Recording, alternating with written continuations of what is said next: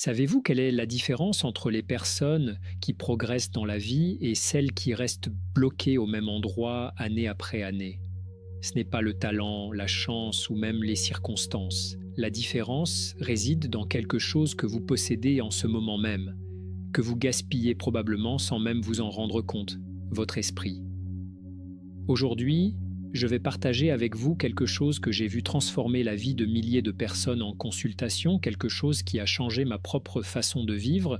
Je vais vous montrer comment vous forcer à maîtriser votre esprit chaque jour peut vous sortir de l'immobilisme et vous conduire exactement là où vous voulez être. Et à la fin de cette vidéo, je vais vous révéler l'exercice de 90 secondes qui va changer votre cerveau pour toujours.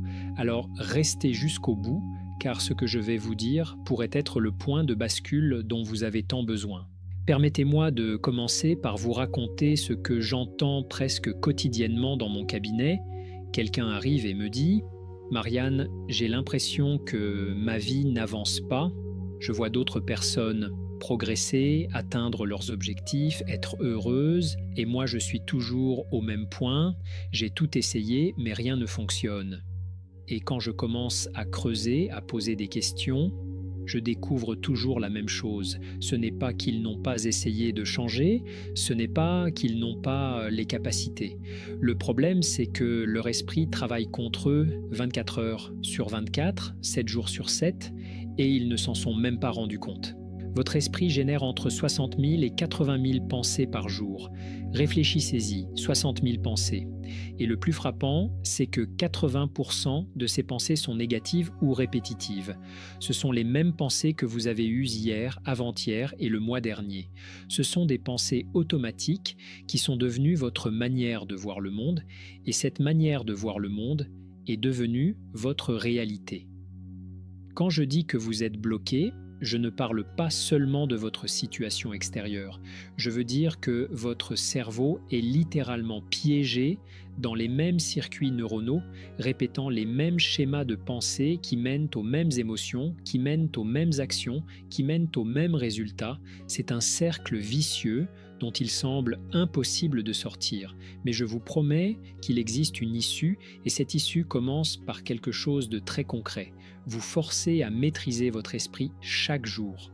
Cependant, quand je parle de maîtriser votre esprit, je ne parle pas de réprimer vos pensées ou de prétendre que tout va bien quand ce n'est pas le cas. Je parle de quelque chose de bien plus profond et puissant. Je parle de prendre les rênes de votre activité mentale, de décider consciemment sur quoi vous allez focaliser votre attention, quelles pensées vous allez nourrir et lesquelles vous allez laisser passer. Parce que voici la clé. Vous n'êtes pas vos pensées, vous êtes celui ou celle qui observe ces pensées, et quand vous comprenez cela, quand vous l'intégrez vraiment dans votre vie, tout change. Laissez-moi vous expliquer ce qui se passe dans votre cerveau quand vous avez l'impression de ne pas avancer. Votre cerveau possède une structure appelée l'amygdale, qui est comme votre système d'alarme interne. Son travail est de vous garder en sécurité, de détecter les dangers, de vous protéger. Le problème est que l'amygdale ne fait pas la différence entre un danger réel, comme un lion qui vous attaque, et un danger perçu, comme la peur de l'échec ou du rejet. Pour votre amygdale, tout est pareil. Et quand elle est constamment activée par vos pensées négatives, vos soucis, votre anxiété, elle kidnappe littéralement votre cortex préfrontal, la partie du cerveau responsable de la prise de décision, de la planification et de la pensée rationnelle. Cela signifie que quand vous êtes dans un état de stress chronique, quand votre esprit est constamment inquiet, ruminant les mêmes problèmes encore et encore, votre capacité à avancer est compromise au niveau biologique. Ce n'est pas que vous êtes faible ou que vous manquez de volonté. C'est que votre cerveau fonctionne en mode survie au lieu du mode croissance. Et en mode survie, le cerveau recherche le connu, le sûr, le familier, même si le familier est inconfortable ou douloureux. C'est pourquoi vous restez dans ce travail que vous n'aimez pas. Pourquoi vous persistez dans cette relation qui ne vous nourrit pas? Pourquoi vous n'osez pas faire ce pas que vous savez nécessaire?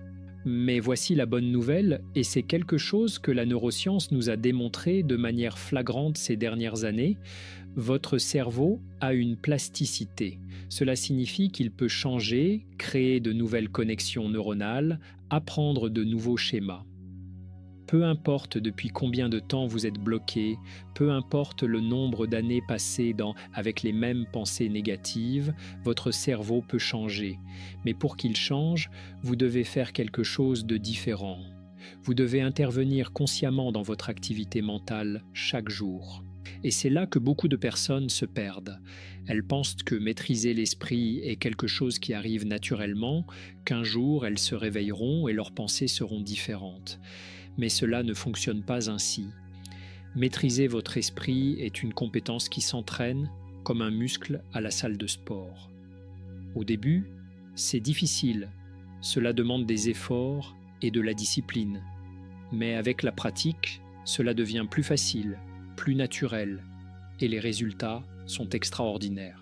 Si ce que je partage avec vous résonne, si vous sentez que c'est exactement ce dont vous aviez besoin d'entendre aujourd'hui, je vous demande de liker cette vidéo et de vous abonner à la chaîne. Ce n'est pas seulement pour l'algorithme, même si cela aide, c'est parce que quand vous vous engagez dans votre croissance, quand vous dites « oui, je veux en apprendre plus, je veux changer ma vie », vous envoyez un signal puissant à votre cerveau. Vous lui dites que vous êtes prêt pour le changement, que vous êtes disposé à faire le travail, et cet engagement, aussi petit qu'il paraisse, est le premier pas pour vous forcer à maîtriser votre esprit chaque jour. Maintenant que vous comprenez ce qui se passe dans votre cerveau, je veux vous parler des 4 principaux voleurs qui vous volent votre capacité à contrôler votre esprit. Le premier voleur est la technologie. Votre téléphone portable, les réseaux sociaux, les notifications constantes. Chaque fois que vous consultez votre téléphone, vous cédez le contrôle de votre attention. Votre esprit saute d'une chose à l'autre, ne se fixe jamais, ne creuse jamais. Ce changement de focus constant entraîne votre cerveau à la distraction, pas à la concentration. Des études récentes montrent que le simple fait d'avoir votre téléphone à proximité, même si vous ne l'utilisez pas, réduit vos capacités cognitives. C'est comme avoir un voleur chez vous qui ne prend pas tout d'un coup, mais qui emporte petit à petit vos affaires sans que vous ne le remarquiez. Le deuxième voleur est l'inquiétude constante, ce dialogue interne qui ne s'arrête jamais, cette voix qui vous dit que vous n'êtes pas assez, que les choses vont mal tourner, que vous auriez dû faire ceci ou cela différemment. Ce type de pensée ruminative ne vole pas seulement votre paix intérieure, il consomme une énorme quantité d'énergie. Votre cerveau utilise environ 20% de l'énergie de votre corps et quand vous vous inquiétez constamment, vous gaspillez cette précieuse énergie pour quelque chose qui ne vous sert pas, qui ne vous fait pas avancer. Le troisième voleur est le multitâche. Nous vivons dans une culture qui glorifie le fait de faire 1000 choses à la fois, mais la réalité est que votre cerveau ne peut pas faire plusieurs choses efficacement en même temps. Ce que vous faites vraiment quand vous croyez faire du multitâche, c'est passer rapidement d'une tâche à l'autre. Et chaque changement a un coût, appelé le coût de changement de contexte, qui peut réduire votre productivité jusqu'à 40%. Plus important encore, cela vous empêche d'être présent dans ce que vous faites, d'expérimenter cet état de flux où vous avancez vraiment, où vous créez vraiment, où vous vivez vraiment. Le quatrième voleur, et peut-être le plus insidieux et le plus dangereux, est le manque de but clair. Quand vous ne savez pas où vous allez, quand vous n'avez pas de clarté sur ce que vous voulez vraiment dans votre vie, votre esprit vagabonde. Et un esprit qui vagabonde est un esprit que vous ne pouvez pas contrôler. C'est comme essayer de conduire une voiture sans destination. Vous pouvez bouger, dépenser de l'essence, mais vous n'allez nulle part. La clarté du but est comme un phare qui guide votre attention, qui vous aide à décider quelles pensées méritent votre énergie et lesquelles non. Maintenant, passons aux pratiques. parlons de comment vous pouvez réellement vous forcer à maîtriser votre esprit chaque jour. Et je veux que vous compreniez quelque chose de fondamental. Se forcer ne signifie pas être dur avec soi-même, se punir ou se contraindre de manière violente. Se forcer signifie s'engager, mettre en place des structures et des routines qui vous soutiennent, créer un environnement qui facilite le comportement que vous voulez cultiver.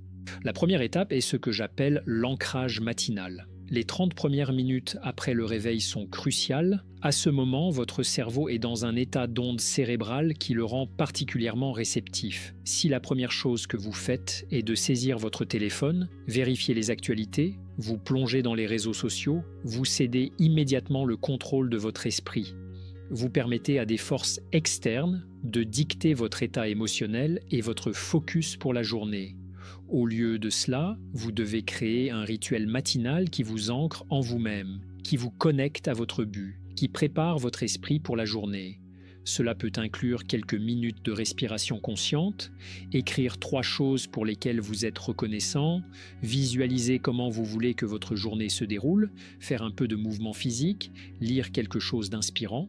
Cela n'a pas besoin d'être compliqué ou long, cela peut durer 15 ou 20 minutes, mais ces minutes sont sacrées. C'est votre moment pour établir la direction de votre esprit. La deuxième étape est ce que j'appelle les pauses de conscience. Tout au long de la journée, surtout quand les choses deviennent stressantes ou chaotiques, vous avez besoin de pauses intentionnelles où vous revenez à vous-même, où vous observez votre état mental, où vous vous demandez « Sur quoi suis-je concentré en ce moment ? Cette pensée me sert-elle ? Cette émotion m'aide-t-elle à avancer ou me garde-t-elle bloqué ?»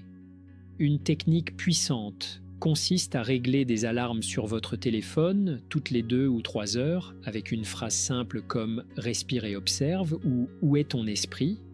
Ces pauses de 30 secondes à 1 minute peuvent sembler insignifiantes, mais ce sont comme des mini-entraînements pour votre cerveau, de petits moments où vous reprenez le contrôle.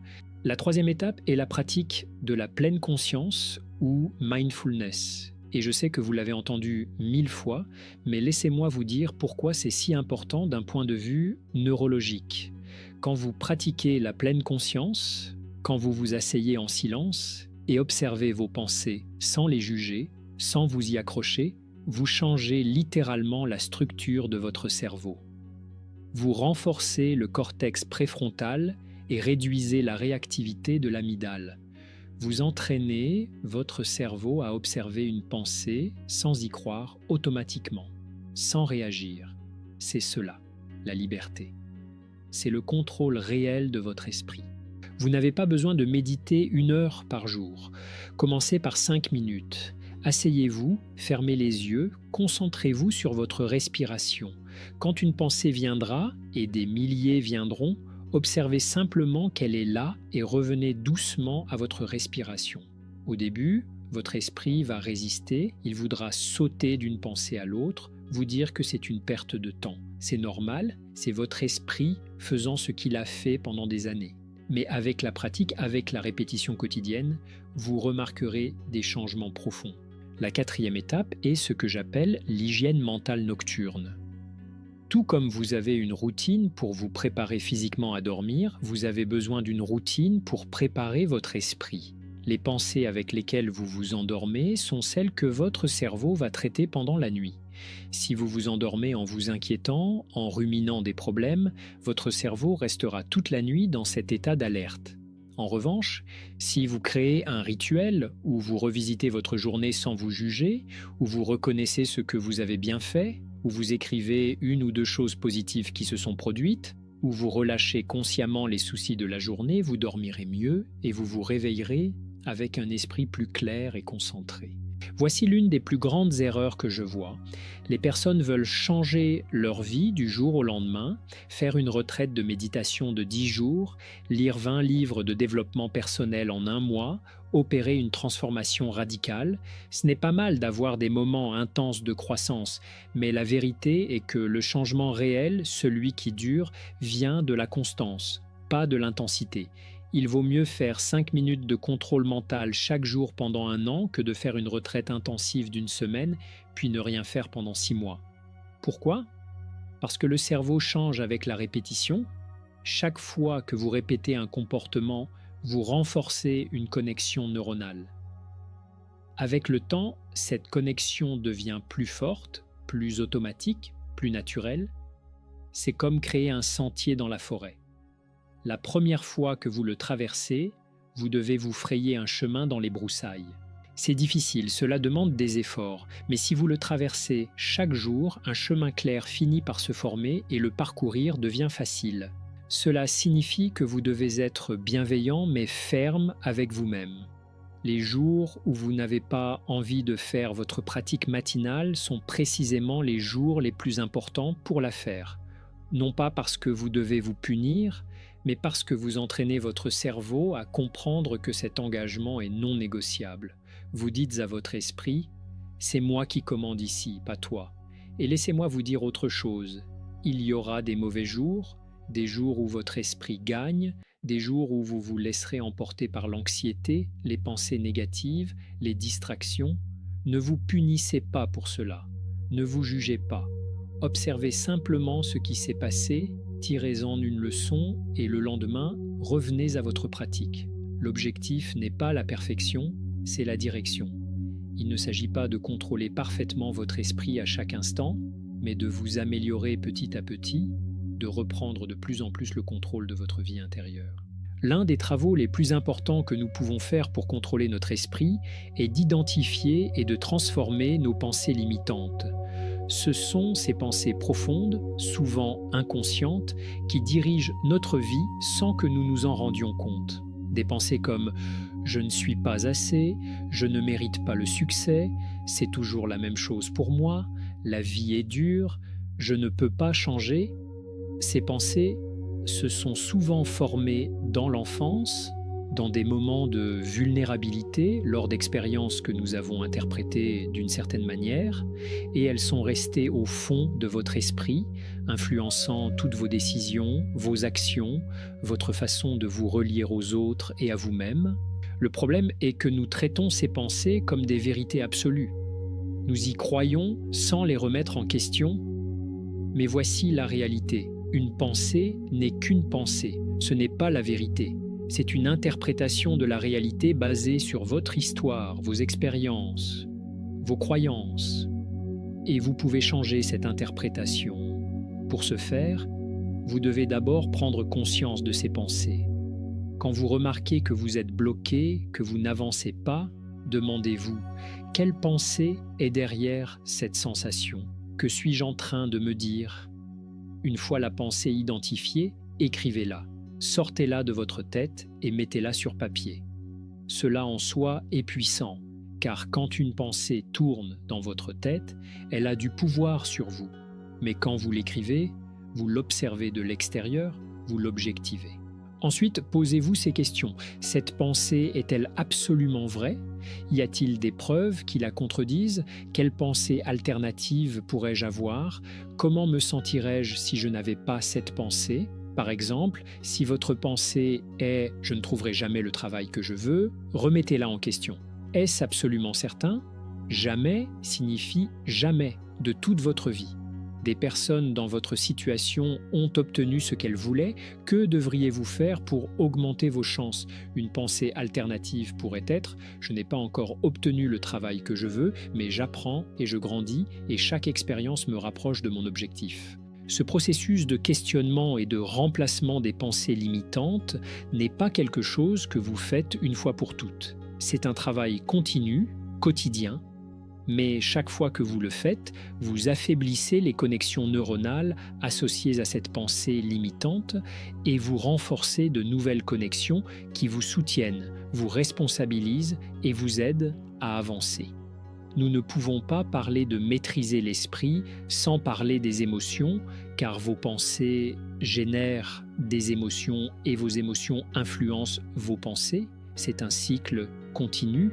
Souvent, quand vous avez l'impression que votre esprit est hors de contrôle, ce qui se passe vraiment, c'est qu'il y a une émotion intense que vous n'avez pas traitée, que vous essayez d'éviter ou de réprimer. Dans notre culture, on nous a appris, en particulier aux femmes, à être toujours agréables, à ne pas exprimer d'émotions négatives, à aller bien tout le temps. Mais réprimer les émotions ne les fait pas disparaître. Les émotions refoulées restent dans votre corps, dans votre système nerveux, créant des tensions, de l'anxiété, du malaise, et votre esprit ne peut pas être tranquille quand il y a un volcan émotionnel sur le point d'exploser en vous. Contrôler votre esprit ne signifie pas contrôler vos émotions dans le sens de les réprimer, cela signifie apprendre à ressentir vos émotions de manière consciente, sans vous laisser entraîner par elles. Cela signifie créer un espace entre le stimulus et votre réponse. Viktor Frankl, le psychiatre autrichien qui a survécu au camp de concentration nazi, a dit quelque chose de très profond. Entre le stimulus et la réponse, il y a un espace. Dans cet espace se trouve notre pouvoir de choisir notre réponse. Dans notre réponse se trouve notre croissance et notre liberté. Quand vous ressentez une émotion intense, au lieu de réagir automatiquement ou d'essayer de la supprimer, faites une pause. Prenez 3 respirations profondes. Demandez-vous, que suis-je en train de ressentir en ce moment? Donnez un nom à l'émotion. Est-ce de la tristesse, de la frustration, de la colère, de la peur, de l'anxiété? Nommez l'émotion active le cortex préfrontal et réduit l'intensité de l'amygdale. C'est un phénomène que les neuroscientifiques appellent nommer pour apprivoiser. Ensuite, demandez-vous, où est-ce que je ressens cette émotion dans mon corps? Y a-t-il une tension dans ma poitrine, mon estomac, ma gorge? Portez votre attention là, respirez dans cette partie de votre corps. N'essayez pas de changer la sensation, observez-la simplement avec curiosité et bienveillance. Les émotions sont comme des vagues. Si vous leur résistez, elles vous emportent. Si vous les évitez, elles deviennent plus grandes. Mais si vous les autorisez à être, si vous les ressentez pleinement, elles passent. Aucune émotion ne dure éternellement si vous lui permettez de se déplacer à travers vous. Et voici quelque chose d'important. Parfois, l'émotion que vous devez ressentir n'est pas celle qui est en surface. Parfois, la colère cache de la tristesse. Parfois, l'anxiété cache la peur de ne pas être à la hauteur. Parfois, la frustration cache de la déception envers vous-même. Vous devez être curieux, vous devez explorer avec honnêteté ce qu'il y a vraiment sous ce que vous ressentez. Votre environnement a un impact énorme sur votre capacité à contrôler votre esprit. Nous sommes le produit de notre environnement, bien plus que nous aimons l'admettre. Si votre environnement est rempli de distractions, de chaos, de personnes négatives, il sera extrêmement difficile de garder le contrôle de votre esprit. Peu importe les efforts que vous faites, vous devez concevoir votre environnement de manière intentionnelle pour qu'il vous soutienne au lieu de vous saboter. Commencez par votre espace physique. Si votre maison est en désordre, pleine d'objets dont vous n'avez pas besoin, votre esprit reflètera ce désordre. Je ne dis pas que vous devez vivre dans un endroit minimaliste parfait, mais vous devez créer des espaces qui vous apportent la paix, qui vous aident à vous concentrer. Désignez un espace, même un petit coin, pour votre pratique matinale, pour vos moments de réflexion. Que cet espace soit propre, ordonné, avec des éléments qui vous inspirent. Ensuite, il y a votre environnement numérique. Celui-ci est crucial dans le monde actuel. Vous devez faire un nettoyage en profondeur de votre vie numérique.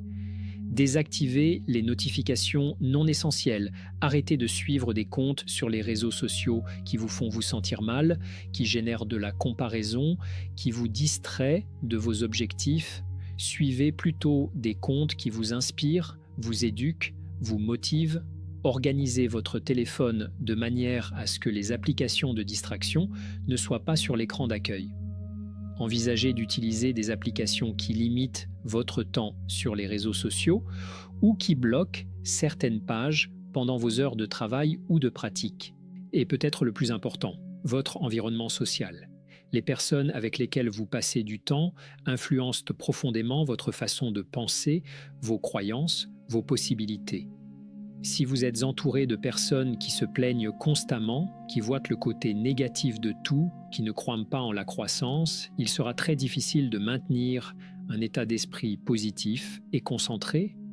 Je ne dis pas d'abandonner tous vos amis ou votre famille, mais vous devez être sélectif avec votre énergie. Recherchez activement des personnes qui sont sur un chemin de croissance, qui vous inspirent, qui vous challengent à être meilleur, qui croient en vous-même quand vous doutez. Il y a quelque chose de fondamental que je dois vous dire. Vous ne pouvez pas penser à votre sortie de l'immobilisme. Vous devez agir pour sortir de l'immobilisme. L'une des erreurs les plus courantes que je vois est que les gens passent tout leur temps à analyser, penser, planifier, mais n'agissent jamais. Et la réalité est que l'action change votre cerveau d'une manière que la pensée seule ne peut pas faire. Quand vous prenez une action, surtout une action qui vous fait peur, qui vous sort de votre zone de confort, vous démontrez à votre cerveau que vous pouvez faire des choses difficiles, que vous pouvez gérer l'incertitude, que vous en êtes capable. Et chaque fois que vous faites cela, vous construisez ce que les psychologues appellent l'auto-efficacité, c'est-à-dire la croyance en votre propre capacité à obtenir des résultats. Cette croyance est l'un des plus forts prédicteurs de succès dans n'importe quel domaine de la vie. Mais voici l'astuce, vous n'avez pas besoin de faire des pas de géant. En fait, les petits pas constants sont plus efficaces que les grands sauts sporadiques. Si vous voulez changer de carrière, vous n'avez pas besoin de démissionner demain, mais vous pouvez consacrer 30 minutes aujourd'hui à vous renseigner sur le domaine qui vous intéresse. Vous pouvez envoyer un message à quelqu'un qui travaille dans ce domaine pour lui demander conseil. Vous pouvez suivre un cours en ligne. De petites actions répétées jour après jour créent un élan qui finit par vous amener là où vous voulez être. Et voici quelque chose de puissant. L'action ne suit pas seulement la motivation, elle crée la motivation. Souvent, nous attendons de nous sentir motivés pour agir, mais cela fonctionne à l'envers. Quand vous agissez, même si vous n'en avez pas envie, même si vous avez peur, vous générez de l'élan, des résultats, et ces résultats génèrent de la motivation. C'est un cercle vertueux qui commence par la décision de faire le premier pas, peu importe comment vous vous sentez. Et quand vous agissez et que les choses ne se passent pas comme prévu, car elles ne se passeront pas toujours comme prévu, c'est aussi précieux. L'échec, l'erreur, la méprise sont des informations, des données que vous pouvez utiliser pour ajuster votre trajectoire, pour apprendre, pour grandir, mais vous n'obtenez ces informations qu'en agissant. L'inaction ne vous donne aucune information, elle vous garde juste là où vous êtes.